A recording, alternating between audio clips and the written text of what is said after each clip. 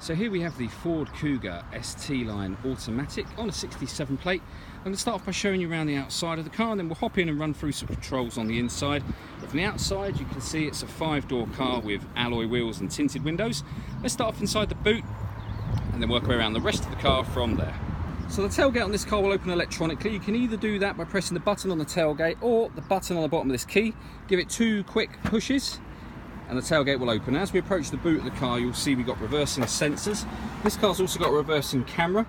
Plenty of boot space as well, along with that 60/40 split folding rear seat. Okay, so we're just going to work our way back round to the front of the car and then we'll hop in and run through some controls on the inside. But now that we've done a full circle of it, you can see it's in lovely condition the whole way round.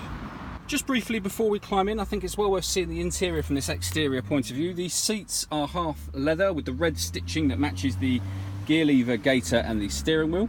There's plenty to run from the dashboard, so let's hop in and we'll do that now. So now we're inside the car, we're going to start with the dials. On the left hand side we have the rev counter, and on the right hand side the speedometer.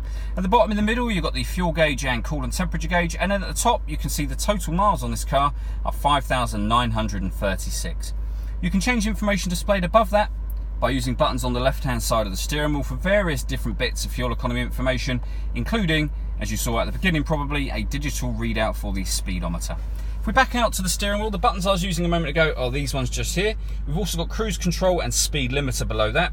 And then on the right hand side we have stereo controls and voice activation for the phone. So hit that button in the middle, ask it to dial any one of your contacts list, and it can do that for you without you having to take your phone from your bag or pocket. That is of course once you've paired up your phone, and that is done on the touchscreen in the centre just here.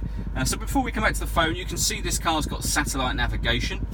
If we hit that button up in the top corner, it takes us back to the home screen. So there's a video of the satellite navigation on our website that covers it in full. It's well worth watching that. In terms of music on this car, we've got a few ways of listening to it. When it comes to the radio, we've got AM, FM and DAB digital radio. The car's also got a CD player, and once you pair a phone, not only will you be able to make and receive phone calls, but you can listen to your music wirelessly via Bluetooth audio as well. And then on top of that, there are 2 USB inputs, so if you plug a device in via USB, that will also come up on here. If we go back a page and then back to the home menu, connecting a phone is done on this bottom corner box. Just hit that button and follow the instructions on screen.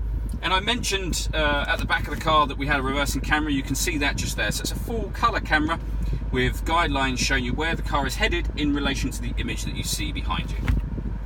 Working our way down, we have the dual zone climate control. So you can adjust the temperature on either side of the car. Fan speed you can adjust up and down from here. That button turns the air conditioning on. If you hit that one, you put the car into auto and it will take control of the fan speed itself to maintain those temperatures for you. You can override that by readjusting the fan speed accordingly. For those winter months, we have a heated front and rear screen, as well as heated driver and passenger seats.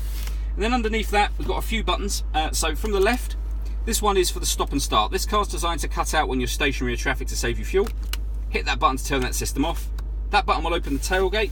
This one will turn on or off the front parking sensors, and this turns on the autonomous parking. So this car is capable of parallel parking or perpendicular parking into any space by itself by, well, taking control of the steering basically. You still control the gears, the accelerator and the brake, but the car will tell you exactly what to do and it will steer for you. Again, we have a full video showing that working on our website and on our Facebook page. We then have the 6-speed manual gearbox, 12-volt charging socket, electronic handbrake, and then in the central armrest, the 2 USB inputs I mentioned earlier. So the last thing I want to talk about is the panoramic glass sunroof. First of all, we have a sun blind that will open up. It will stop halfway. If you press it again, that will open all the way to the back of the car. The front section of this area here will open as a sunroof as well, so it'll let in a lot of light as well as the air that you've already seen. What I need to say is thank you for taking the time to watch this video. If you'd like to come and see the car in person and have a test drive, please feel free to call any of our MJA sites. We'd love to hear from you soon.